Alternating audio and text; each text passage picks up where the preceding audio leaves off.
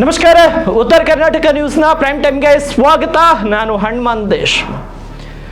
SC, SP ಮತ್ತು TSP ಯೋಜನೆಗಳಿಗೆ ಮೀಸಲಿಟ್ಟ ಹಣ ಗ್ಯಾರಂಟಿ ಯೋಜನೆಗಳಿಗೆ ಬಳಕೆ ಆಗ್ತಿದೆ ಎನ್ನುವ ಆರೋಪವನ್ನ ಕರ್ನಾಟಕದಲ್ಲಿ ವಿರೋಧ ಪಕ್ಷಗಳು ಮಾಡುತ್ತಲೇ ಬರುತ್ತಿವೆ.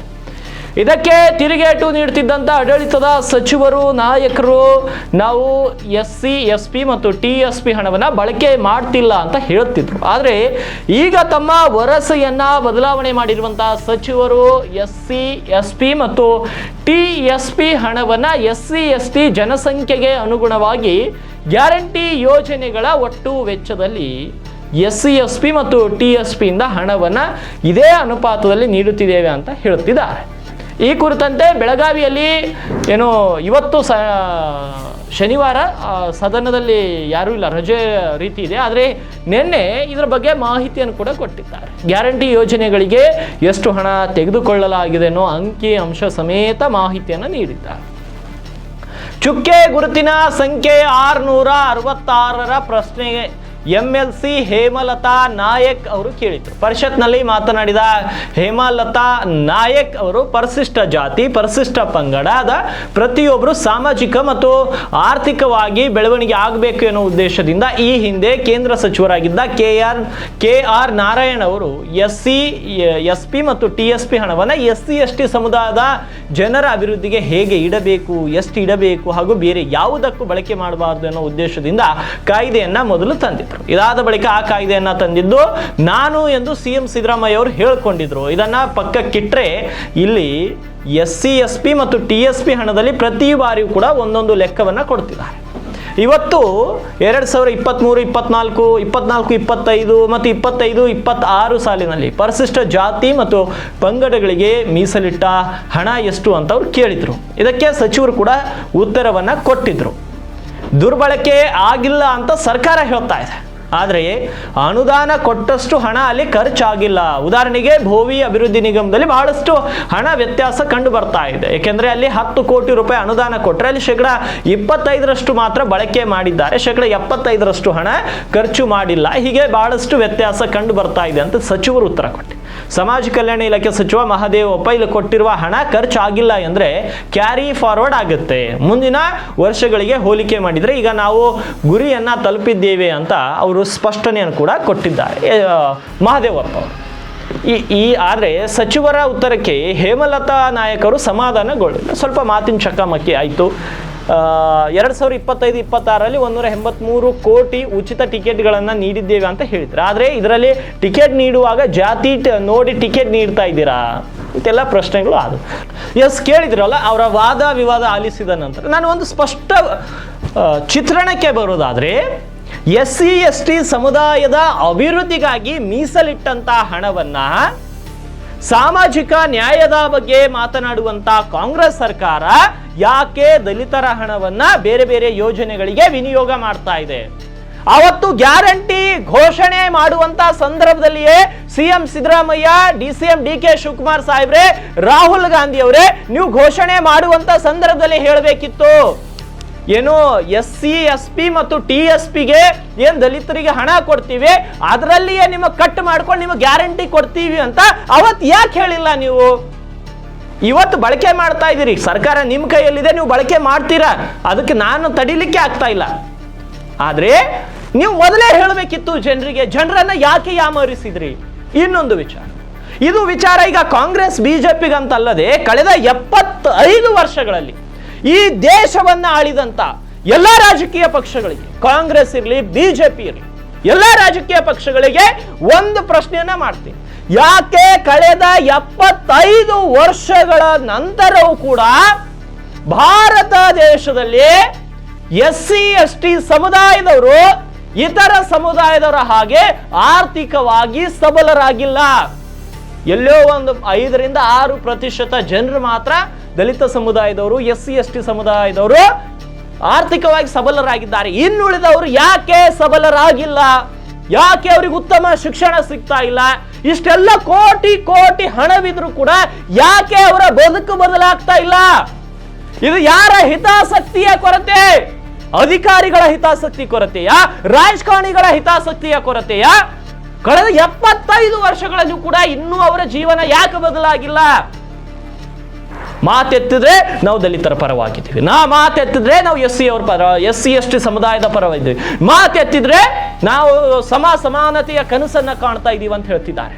ಆದ್ರೆ ಕಳೆದ 75 ವರ್ಷದಲ್ಲಿ ಬಿಜೆಪಿ ಕಾಂಗ್ರೆಸ್ನವರಿಗೆ ಪ್ರಶ್ನೆ ಮಾಡ್ತಾ ಇದ್ದೀನಿ, ಯಾಕೆ ಜನರ ಬದುಕನ್ನ ಬದಲಿಸಲಿಕ್ಕೆ ನಿಮ್ಮ ಕೈಯಿಂದ ಆಗಿಲ್ಲ? ಯಾಕೆ SC ST ಸಮುದಾಯದವರು ಇಂದಿಗೂ ಕೂಡ ಯಾಕೆ ಹಿಂದುಳಿದಿದ್ದಾರೆ? ಇದಕ್ಕೆ ಹೊಣೆ ಯಾರು? ಯಾರನ್ನ ಇದಕ್ಕೆ ಹೊಣೆ ಮಾಡಬೇಕು? ಈ ದೇಶದ ಜನರು, ಈ ರಾಜ್ಯದ ಜನರು, ಅವರ ಪರವಾಗಿ ನಾನು ಪ್ರಶ್ನೆ ಮಾಡ್ತಾ ಇದ್ದೀನಿ ಸರ್ಕಾರಕ್ಕೆ ನಾನು ಪ್ರಶ್ನೆ ಮಾಡ್ತಾ ಇದ್ದೀನಿ. ಕಾಂಗ್ರೆಸ್ ಬಿಜೆಪಿ ಪಕ್ಕಕ್ಕಿಡಿ, ಎಲ್ಲಾ ನಾಯಕರು ಇದಕ್ಕೆ ಉತ್ತರ ಕೊಡಿ. ಯಾಕೆ ದಲಿತ ಸಮುದಾಯ ಕಳೆದ 75 ವರ್ಷಗಳಿಂದ ಅಭಿವೃದ್ಧಿಯಾಗಿಲ್ಲ? ಬೆರಳೆಣಿಕೆಯಷ್ಟು ಜನರು ಮಾತ್ರ ಅಭಿವೃದ್ಧಿ ಆಗ್ತಾರೆ, ಬೆರಳೆಣಿಕೆಯಷ್ಟು ಜನ ಮಾತ್ರ ರಾಜಕೀಯದಲ್ಲಿ ಪ್ರಭಾವಶಾಲಿ, ಬೆರಳೆಣಿಕೆಯಷ್ಟು ಜನ ಮಾತ್ರ ದಲಿತ ಸಮುದಾಯಕ್ಕೆ ಸೇರಿದವರು, SC ST ಸಮುದಾಯಕ್ಕೆ ಸೇರಿದವರು ಅಭಿವೃದ್ಧಿಯಾಗಿದ್ದಾರೆ. ಮಿಕ್ಕುಳಿದವರು ಯಾವಾಗ ಆಗಬೇಕು? ಕಾಂಗ್ರೆಸ್ ಅಲ್ಲಿಯೂ ಇದ್ದಾರೆ, ಬಿಜೆಪಿಯಲ್ಲೂ ಇದ್ದಾರೆ ಒಂದಿಷ್ಟು ಜನ SC ST ಸಮುದಾಯಕ್ಕೆ ಸೇರಿದಂತ ಲೀಡರ್ಗಳು, ಒಂದಿಷ್ಟು ಜನ ಈ ಒಂದು ಕ್ಯಾಡರ್ಗಿದ್ದಾರೆ, ಇನ್ನೊಂದಿಷ್ಟು ಜನ ಈ ಕ್ಯಾಡರ್ಗಿದ್ದಾರೆ. ಪಾಪ SC ST ಸಮುದಾಯದ ಜನ ಇವತ್ತು ಕೂಲಿ ಕೆಲಸಕ್ಕೆ ಹೋಗ್ತಾ ಇದ್ದಾರೆ, ಇವತ್ತು ಕೂಡ ಒಂದು ಹೊತ್ತಿನ ಊಟಕ್ಕಾಗಿ ರೇಷನ್ ಅಕ್ಕಿ ಮೇಲೆ ಡಿಪೆಂಡ್ ಆಗಿದ್ದಾರೆ. ಕೆಲವೊಂದಿಷ್ಟು SC ST ಸಮುದಾಯಕ್ಕೆ ಸೇರಿದ ಕುಟುಂಬಗಳು ಬೆಳೆದಿದೆ, ಆದ್ರೆ ಇವತ್ತಿಗೂ ಕೂಡ SC ST ಸಮುದಾಯದ ಜನ ಕೂಲಿ ಕೆಲಸಕ್ಕೆ ಹೋಗ್ತಾ ಇದ್ದಾರೆ. BPL ರೇಷನ್ ಕಾರ್ಡ್ ಅಲ್ಲಿ ಬರುವಂತ ರೇಷನ್ಗಾಗಿ ಕಾಯ್ತಾ ಇದ್ದಾರೆ. ಆ ಸಮುದಾಯವನ್ನ ಮೇಲೆ ಎತ್ತಬೇಕಾದವ್ರು ಯಾರು? ಕಾಂಗ್ರೆಸ್ ಬಿಜೆಪಿಗರೇ ಇದಕ್ಕೆ ಉತ್ತರ ಕೊಡಿ. ಮಾತೆತ್ತಿದ್ರೆ ನಾವು SC ST ಗಳ ಪರವಾಗಿದ್ದೀವಿ ಅಂತ ಹೇಳ್ತಿರಲ್ಲ, ಯಾಕೆ ಅವ್ರ ಅಭಿವೃದ್ಧಿಯಾಗಿಲ್ಲ? ಕಾಂಗ್ರೆಸ್ನವರು ಅಧಿಕಾರ ನಡೆಸಿದ್ದೀರಿ, ಬಿಜೆಪಿಯವರು ಅಧಿಕಾರ ನಡೆಸಿದ್ದೀರಿ, ಬೇರೆ ಬೇರೆ ರಾಜಕೀಯ ಪಕ್ಷದವರು ಅಧಿಕಾರ ನಡೆಸಿದ್ದೀರಿ, ಎಲ್ಲರೂ ಅಧಿಕಾರ ಮಾಡಿದ್ದೀರಿ. ಪ್ರತಿ ಸಲ ಭಾಷಣ ಮಾಡುವಂತಹ ಸಂದರ್ಭದಲ್ಲಿ SC ST ಸಮುದಾಯದ ಬಗ್ಗೆ ಹೇಳ್ತೀರಿ, ಆದ್ರೆ ಆ ಸಮುದಾಯದ ಅಭಿವೃದ್ಧಿ ಯಾಕೆ ಆಗ್ತಾ ಇಲ್ಲ? ಕಾಂಗ್ರೆಸ್ನಲ್ಲಿ 1-2 ಕುಟುಂಬಗಳು ಬೆಳೆದಿದೆ, JDS ಅಲ್ಲಿ 1-2 ಕುಟುಂಬ SC ST ಸಮುದಾಯದ 4 ಲೀಡರ್ಗಳಿದ್ದಾರೆ. ಕಾಂಗ್ರೆಸ್ ಅಲ್ಲಿ ಬಿಜೆಪಿಯಲ್ಲಿ ಎಲ್ಲಾ ಕಡೆ 4-5 ಕುಟುಂಬದವರು 4-5 ಲೀಡರ್ಗಳು ಬೆಳೆದಿದ್ದಾರೆ. ಹೊರತುಪಡಿಸಿದ್ರೆ SC ST ಸಮುದಾಯ ಇಂದಿಗೂ ಕೂಡ ಅಭಿವೃದ್ಧಿ ಹೊಂದುತ್ತಾ ಇದೆ, ಹೊಂದಬೇಕು. ಇತರರಿಗೂ ಅವರು ಕೂಡ ಮಾದರಿಯಾಗಬೇಕು. SC ST ಸಮುದಾಯದವರು ಕೂಡ ಇನ್ನುಳಿದಂತ ಸಮುದಾಯದವರ ರೀತಿಯಲ್ಲಿಯೇ ಆರ್ಥಿಕವಾಗಿ ಸಬಲರಾಗಬೇಕು. ಆವಾಗ ಮಾತ್ರ ಇದು ಸಮಾನತೆಯ ಕನಸನ್ನ ಕಂಡಂತ ಭಾರತ ಆಗುತ್ತೆ. ಅಂಬೇಡ್ಕರ್ ಅವರು ಕನಸು ಕಂಡಂತ ಭಾರತ ಆಗುತ್ತೆ. ಅಂಬೇಡ್ಕರ್ ಅವರು ಇವರಿಗೆಲ್ಲ ಮೀಸಲಾತಿ ಕೊಟ್ಟಿದ್ದು, ಇವರಿಗೆ ವಿಶೇಷ ಆದ್ಯತೆ ಕೊಟ್ಟಿದ್ದು ಅವರಿದ್ರೆ 10-15 ವರ್ಷದಲ್ಲಿ. ನಾನು ಅಂಬೇಡ್ಕರ್ ಅವರು ಜೀವಂತವಾಗಿದ್ರೆ 10-15 ವರ್ಷಗಳಲ್ಲಿ SC ST ಸಮುದಾಯದ ಜನರ ಬದುಕನ್ನ ಬದಲಾಯಿಸ್ತಿದ್ರು. ಇತರ ಸಮುದಾಯದವರ ರೀತಿಯೇ ಅವರು ಕೂಡ ಆರ್ಥಿಕವಾಗಿ ಸಬಲರಾಗ್ತಿದ್ರು, ಶೈಕ್ಷಣಿಕವಾಗಿ ಸಬಲರಾಗ್ತಾ ಇದ್ರು. ಪ್ರತಿಯೊಂದರಲ್ಲಿ ಕೂಡ ಇವ್ರಿಗೆ ಕಾಂಪಿಟೇಟ್ ಮಾಡೋ ಲೆವೆಲ್ಗೆ ಆಗ್ತಾ ಇದ್ರು. ಆದ್ರೆ ಇವತ್ತಿಗೂ ಕೂಡ ಈ ರಾಜಕೀಯ ನಾಯಕರ ಹಿತಾಸಕ್ತಿಯ ಕೊರತೆಯಿಂದ, ಅಧಿಕಾರಿಗಳ ಹಿತಾಸಕ್ತಿಯ ಕೊರತೆಯಿಂದ 80% SC ST ಸಮುದಾಯಗಳು ಇಂದಿಗೂ ಕೂಡ ಕೂಲಿ ಕೆಲಸಕ್ಕೆ ಹೋಗ್ತಾ ಇದ್ದಾರೆ, ಇಂದಿಗೂ ಕೂಡ ರೇಷನ್ ಅಕ್ಕಿ ತಿಂದುಕೊಂಡು ಬದುಕ್ತಾ ಇದ್ದಾರೆ. ಇದಕ್ಕೆಲ್ಲ ಯಾರು ಕಾರಣ? ದಲಿತ ಸಮುದಾಯದ ನಾಯಕರೇ, SC ST ಸಮುದಾಯದ ನಾಯಕರೇ ಈ ಸರ್ಕಾರಗಳಿಗೆ ಪ್ರಶ್ನೆ ಮಾಡಬೇಕು. ಕೇವಲ ನಿಮಗೆ ಹುದ್ದೆಗಳು ಸಿಗುತ್ತೆ, ನಿಮಗೆ ಯಾವುದೋ ಒಂದು ಬೋರ್ಡ್ ಮೆಂಬರ್ನ ಮಾಡ್ತಾರೆ ಅಂತ ಆಸೆ ಪಟ್ಟು ಸಮುದಾಯದ ಹಿತಾಸಕ್ತಿಯನ್ನ ಬಲಿ ಕೊಡಬೇಡಿ. ಸಮುದಾಯದ ಬಗ್ಗೆ ಯೋಚನೆ ಮಾಡಿ, ಸಮುದಾಯದ ಹೆಸರು ಹೇಳಿ ನೀವು ರಾಜಕೀಯ ಮಾಡಬೇಡಿ. ಸಮುದಾಯದ ಒಳಿತಿಗಾಗಿ ಕೆಲಸ ಮಾಡಿ, ಆವಾಗ ಸಮುದಾಯ ಮುಂದೆ ಬರುತ್ತೆ. ಸಮುದಾಯ ಮುಂದೆ ಬಂದ್ರೆ ಅಂಬೇಡ್ಕರ್ ಅವರ ಕನಸು ಈಡೇರುತ್ತೆ. ಎಲ್ಲರೂ ಸಮಾನರಾಗಿ ಬದುಕಬೇಕು ಅಂತ ಡಾಕ್ಟರ್ BR ಅಂಬೇಡ್ಕರ್ ಅವರು ಒಂದಿಷ್ಟು ವಿಶೇಷ ಕಾಳಜಿಯನ್ನು ವಹಿಸಿದ್ರು. ಆದ್ರೆ ಅದನ್ನ ಈ ವೋಟ್ ಬ್ಯಾಂಕಿಗಾಗಿ ಬಳಸ್ಕೋತಾ ಇದಾರಲ್ಲ, ಇದು ನಾಚಿಕೆಗೇಡಿನ ಸಂಗತಿ. ಅಂಬೇಡ್ಕರ್ ಅವರ ಕನಸನ್ನ ಒಂದಿಷ್ಟು ಜನ ವೋಟ್ ಬ್ಯಾಂಕಿಗಾಗಿ ಬಳಸ್ಕೋತಾ ಇದ್ದಾರೆ. ಪುಣ್ಯಾತ್ಮ ಅವರು ಬದುಕಿದ್ರೆ ಇಂಥವ್ರನ್ನ ನೋಡಿದ್ರೆ ಹೆಂಗಿರ್ತಾ ಇತ್ತು ನೋಡಿ. ಅಂತ ಮಹಾನ್ ವ್ಯಕ್ತಿ ದೇಶದಲ್ಲಿ ಸಮಾನತೆ ತರಬೇಕಂತ ಯೋಚನೆ ಮಾಡಿದ್ರು, ಸ್ತ್ರೀ ಸಮಾನತೆಗಾಗಿ ಹೋರಾಟ ಮಾಡಿದ್ರು. ಪ್ರತಿಯೊಂದು ಸಮುದಾಯಕ್ಕೂ ಸರಿಯಾದ ರೀತಿಯಲ್ಲಿ ಸರಿಯಾಗಿ ಎಲ್ಲರೂ ಕೂಡ ಅಭಿವೃದ್ಧಿ ಹೊಂದಬೇಕು ಅನ್ನೋ ಹಿತಾದೃಷ್ಟಿ ಅವರದಾಗಿತ್ತು. ಆದರೆ ಇವತ್ತಿನ ರಾಜಕಾರಣ ಯಾವ ಮಟ್ಟಿಗೆ ಬಂದಿದೆ? SC ST ಸಮುದಾಯದ ಹೆಸರು ಹೇಳಿ ತಮ್ಮ ರಾಜಕೀಯ ಬೇಳೆಗಳನ್ನ ಬೇಯಿಸ್ಕೋತಾ ಇದ್ದಾರೆ. ರಾಜ್ಯದಲ್ಲಿನ ಒಂದಿಷ್ಟು SC ST ಸಮುದಾಯದ ಲೀಡರ್ಗಳು ಇದನ್ನ SC ST ಸಮುದಾಯದ ಜನಸಾಮಾನ್ಯರು ಅರ್ಥ ಮಾಡ್ಕೊಳ್ಬೇಕು. ಆವಾಗ ಮಾತ್ರ ಸಮುದಾಯ ಉದ್ಧಾರ ಆಗುತ್ತೆ. ನಮ್ಮ ಸಮಾಜದ ಲೀಡರು ನಮ್ಮ ಲೀಡರು ಅಂತ ನೀವು ಅವ್ರ ಹಿಂದೆ ಹೋಗೋದು, ನೀವು ಅವ್ರ ಹಿಂದೆ ಇದ್ದೀರಾ ಅನ್ನೋ ಕಾರಣಕ್ಕೆ ಆಯುಷಾರಾಮಾದಂಥ ಜೀವನವನ್ನು ನಡೆಸ್ತಾ ಇದ್ದಾರೆ. ನೋಡಿ, SC SP ಮತ್ತು TSP ಹಣವನ್ನ ಯಾಕ್ರಿ ನಮ್ಮ ಹಣವನ್ನ ಯೂಸ್ ಮಾಡ್ತೀರಿ ಅಂತ ಸರ್ಕಾರಕ್ಕೆ ಮೂಗಿಡಿದು ಕೇಳಕ್ಕಾಗಲ್ವಾ? BJP ಮತ್ತು ಕಾಂಗ್ರೆಸ್ನ SC ST ಸಮುದಾಯದ ಲೀಡರ್ಗಳಿಗೆ ಅವ್ರೇನೋ ವಿರೋಧ ಮಾಡ್ತಾರಂತೆ, ವಿರೋಧ ಪಕ್ಷದಲ್ಲಿದ್ದು ಇವರು ಆಡಳಿತ ಪಕ್ಷದಲ್ಲಿದ್ದು ಸುಮ್ಮನೆ ಇರ್ತಾರೆ. ಅಂದ್ರೆ ನಿಮಗೆ ಸಮುದಾಯ ಬೇಕಾಗಿಲ್ಲ, ಯಾರಿಗೂ ನಿಮ್ಮ ಸ್ಥಾನಗಳು ಬೇಕಾಗಿದೆ.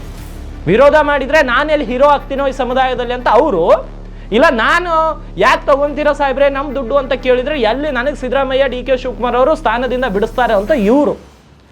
ಅಂದ್ರೆ ಸಮುದಾಯದ ಹಿತಾಸಕ್ತಿ, ಸಮುದಾಯದ ಒಳಿತು ಯಾವ SC ST ಲೀಡರ್ಗಳಿಗೆ ಬೇಕಾಗಿಲ್ಲ ಅನ್ನೋದು ಇಲ್ಲಿ ಸ್ಪಷ್ಟವಾಗ್ತಾ ಇದೆ. ಮೊದಲು ಸಮುದಾಯದ ಬೆಳವಣಿಗೆಗೆ ಎಲ್ಲರೂ ಸಾಥ್ ಕೊಡಬೇಕು.